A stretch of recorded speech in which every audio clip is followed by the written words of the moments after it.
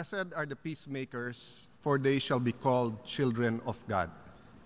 Mr. President, Excellencies, the path to peace must be walked with patience.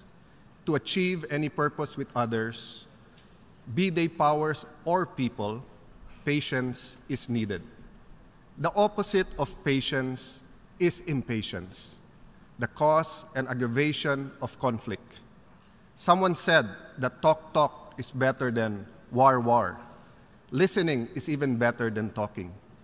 We must listen to others more than we listen to ourselves. Hopefully, we know that we are talking about, but others may know what we do not know. We can learn only if we stop talking and listen. We may think we know how others can do things better than they've done it. Maybe our way is more efficient, but the time gained by that efficiency will be time lost convincing others that our way is better, rather than a compromise between our way and theirs. Real change in the world order necessitates cooperation. Nothing affecting others can be undertaken without their willing involvement, without getting their agreement on the purpose and the manner of it. Achieving a shared purpose beyond any single one's ability requires the ability to cooperate or cooperation. But how else can we get cooperation if not with the patience to explain why it is needed and the equal patience to listen? This is why we have the United Nations, the largest cooperative endeavor in human history. We use the United Nations to speak out, but more importantly, to listen, and somehow arrive at a consensus, or at the very least, a modus vivendi on how to proceed, in peace and therefore with greater prospect of progress.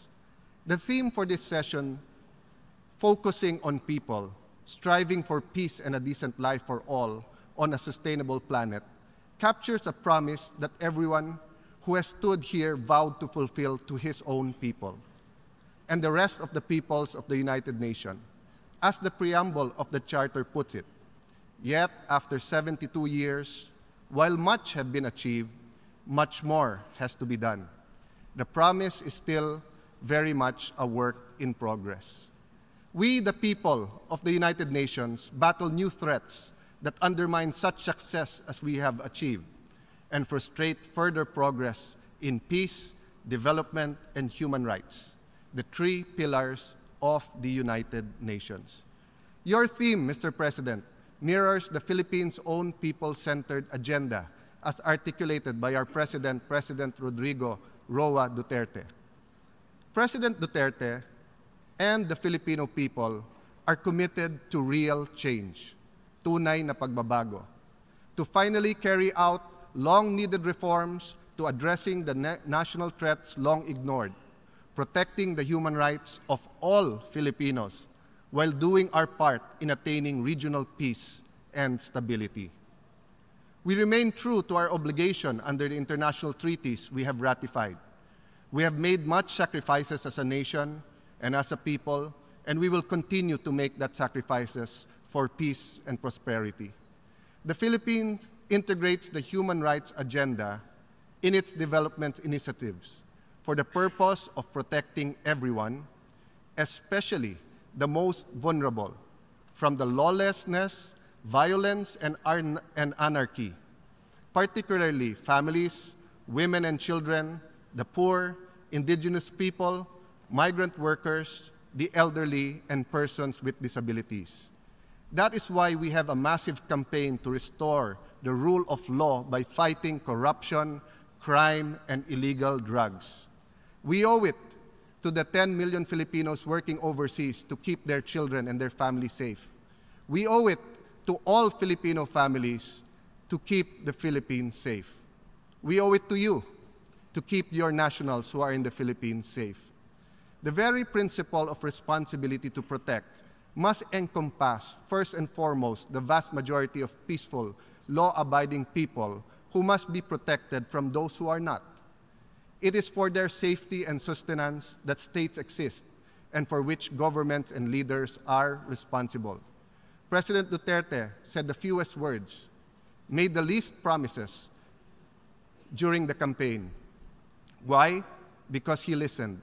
He listened and he heard what none of the other candidates would listen to.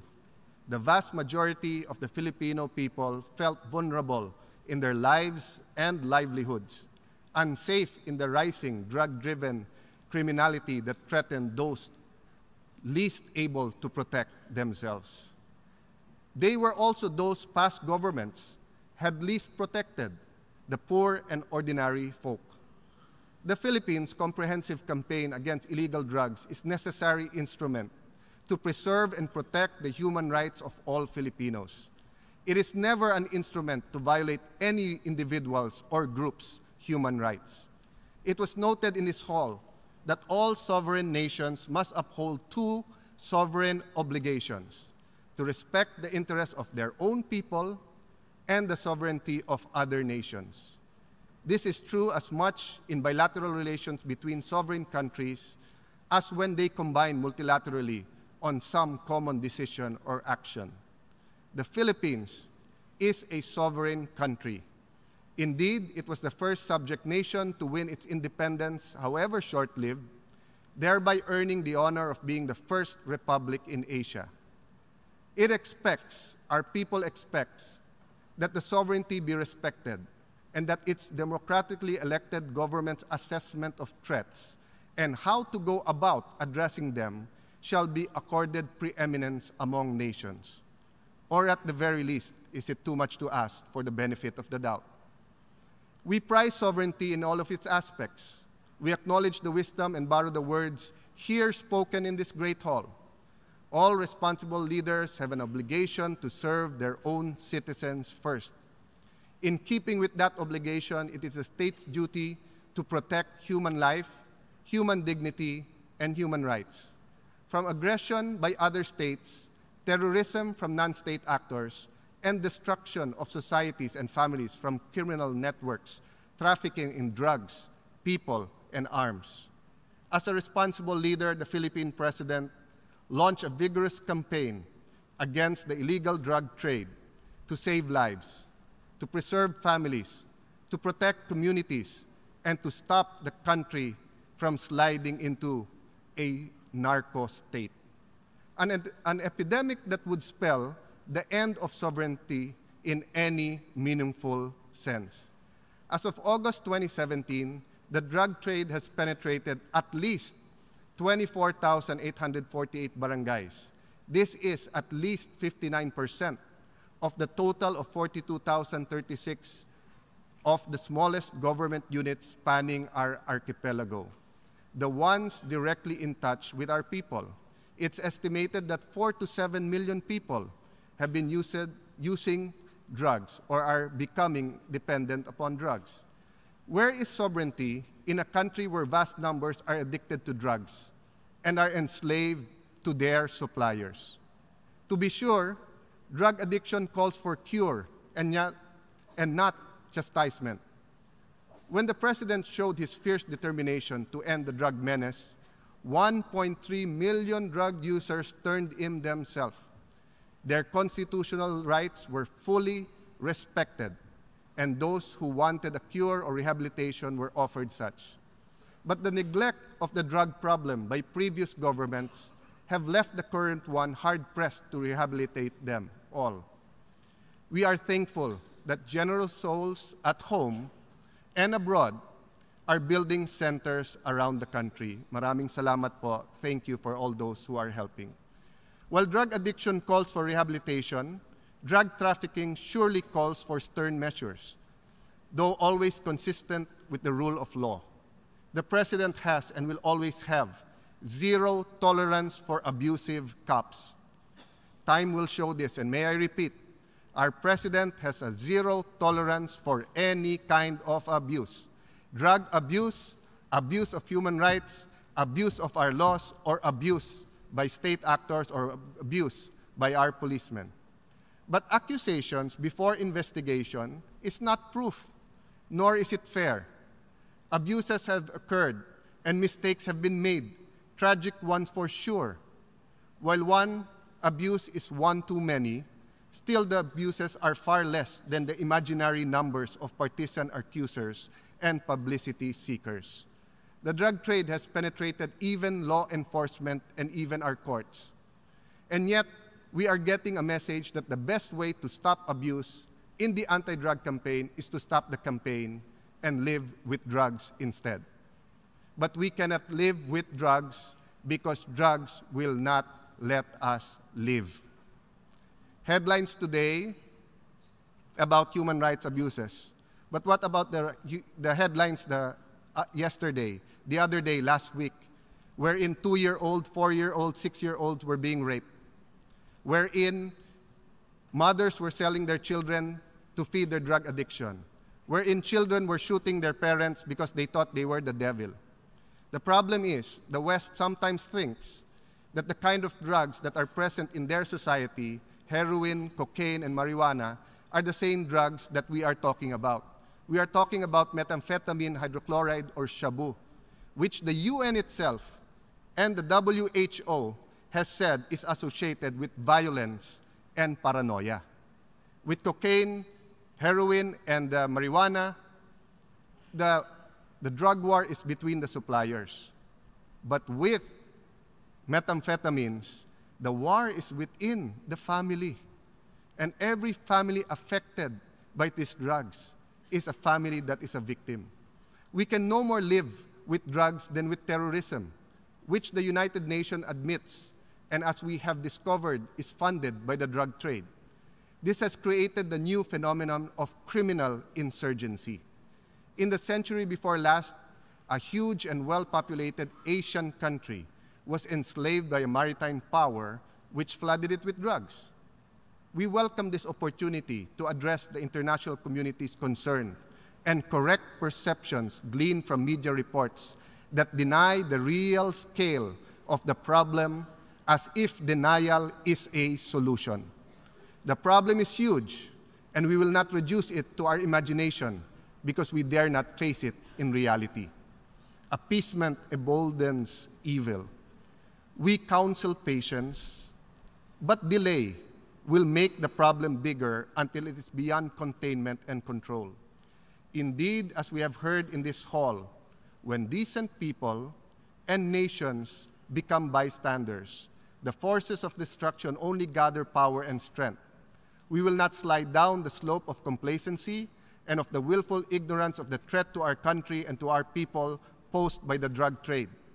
In the past 4 years, we have seen the rise of the Islamic State and how it has spread its nihilistic ideology beyond Iraq and Syria to become a serious threat to the whole world.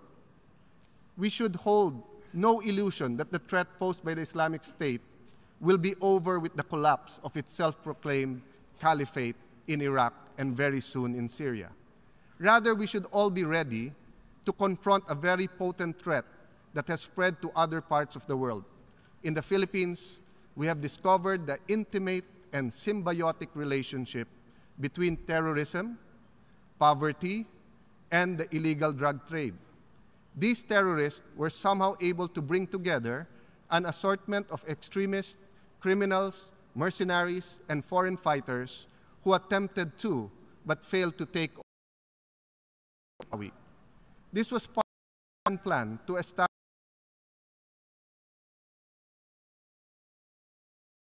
a shattered caliphate in the Middle East. The armed forces of the Philippines shall regain full control of Marawi from the Islamic State-inspired terrorists. Their protracted hold on their last several square meters of the city is largely a result of superior arms illegally obtained and the presence of civilian hostages used by them as human shields.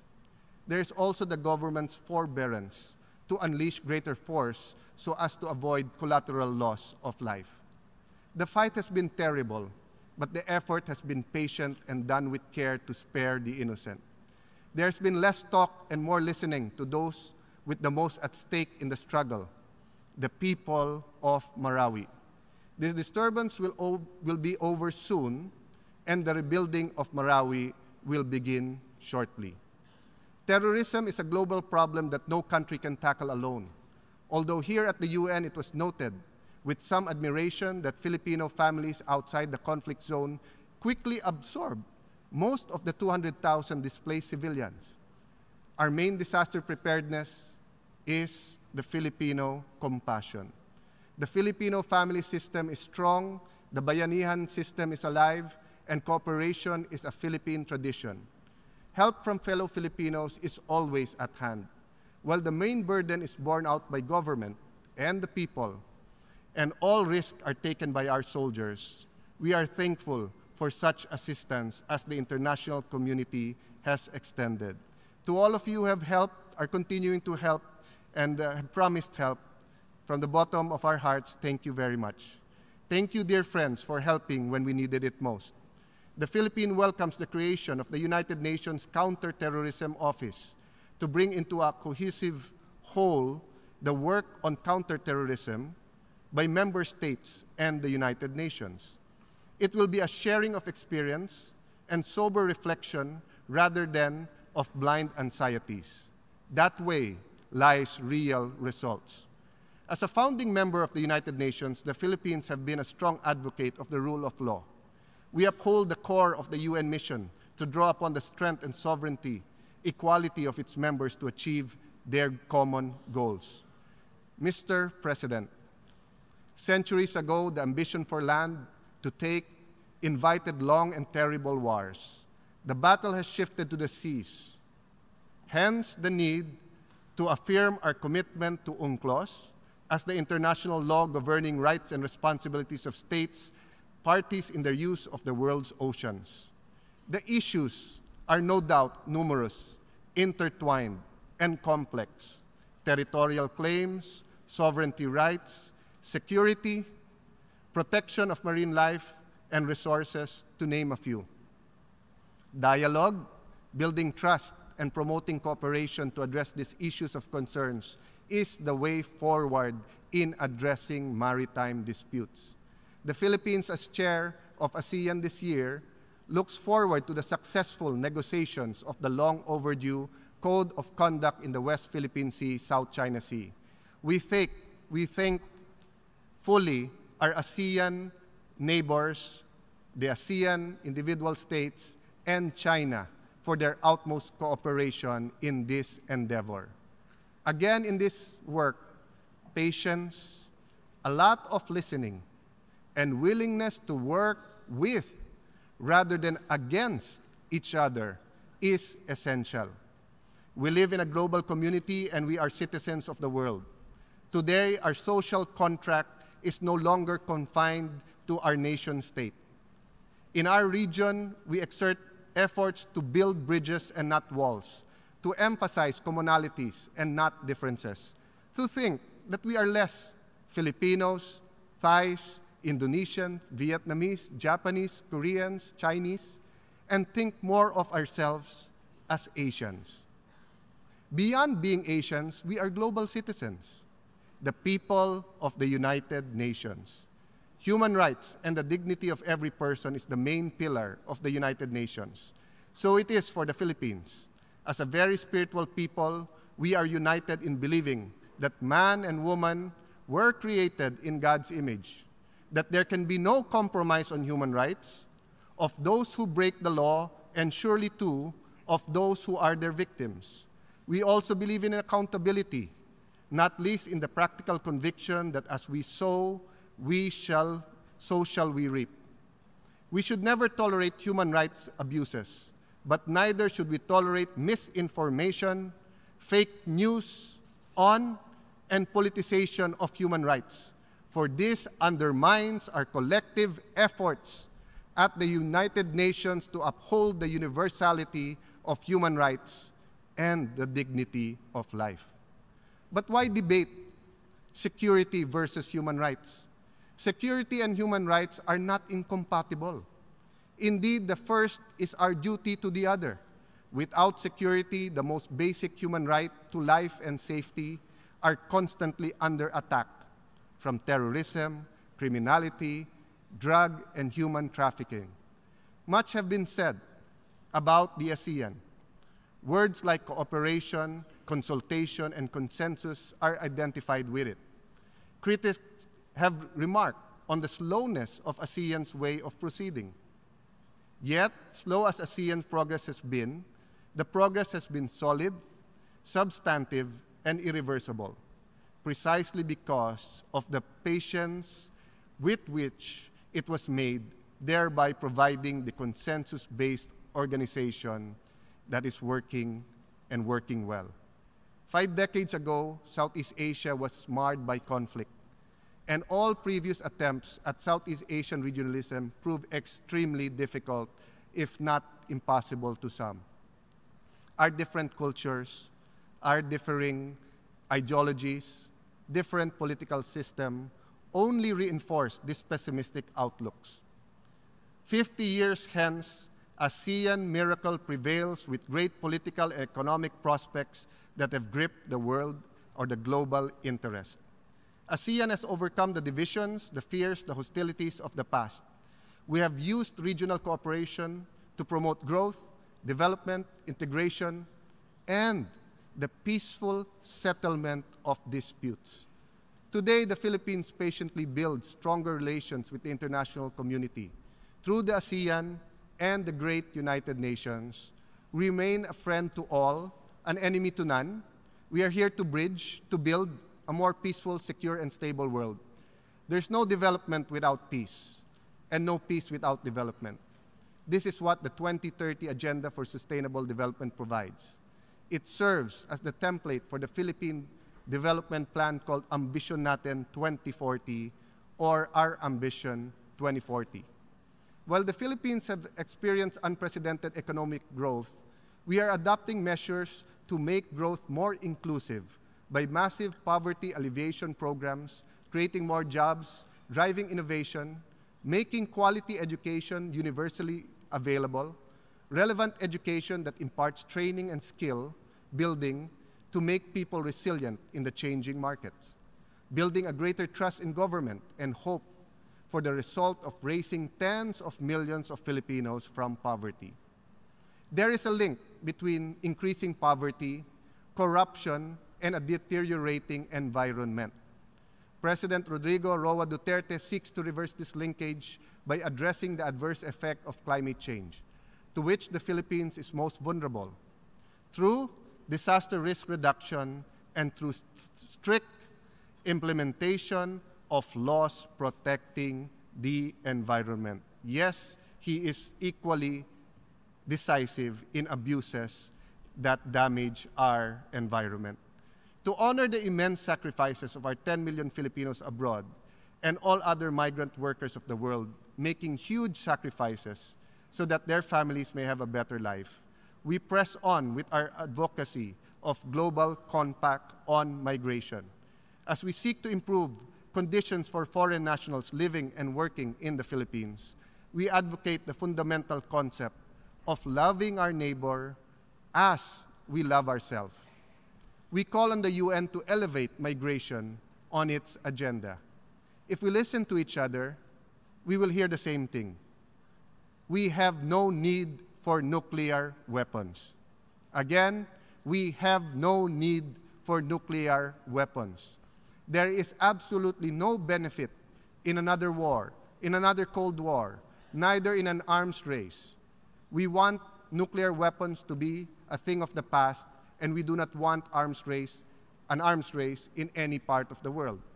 On July 7, the Philippines joined 121 other member states in securing our world from weapons of mass destruction by adopting the Treaty on the Prohibition of Nuclear Weapons.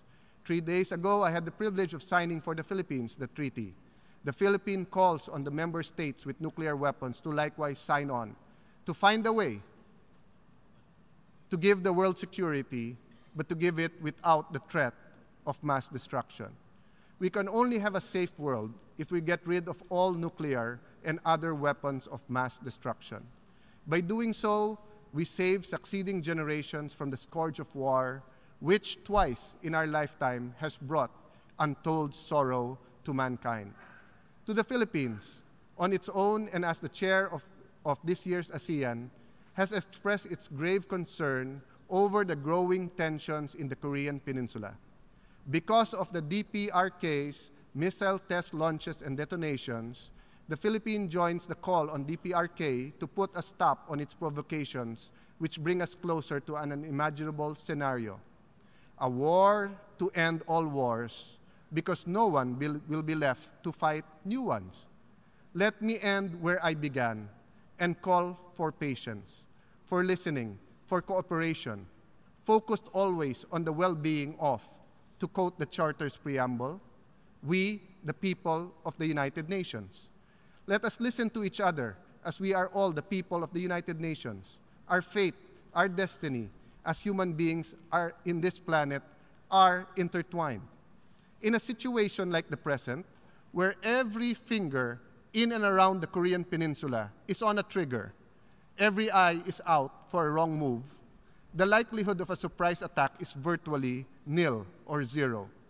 In that situation, no one can be caught by surprise and unprepared to strike back. So what is there to lose? By going on talking and listening, talking and listening, talking and listening until the very last moment, in the hope that a resolution be found. Patience, listening, as much as talking, cooperation among friends and even enemies. These are the signposts of the path of peace. Peace is about people. No people and no country can have a national identity if there are no others who can tell the difference. Without peoples, each one different yet all the same in their being and in the good they seek, it is impossible to imagine the world. To utter the phrase "the world" means a planet with many peoples sharing it. All of us are pieces of a giant puzzle. We seek to be completed by being pieced together, thereby creating a whole, a beautiful picture. In a war of all against all, of every each against the other, the last man standing is not at peace, but he is simply a single piece. He is not the victor, he is alone. Thank you, Mr. President. Congratulations on your election, and you can count on the support of the Philippines. Your Excellencies, magandang hapon, good afternoon to all of you.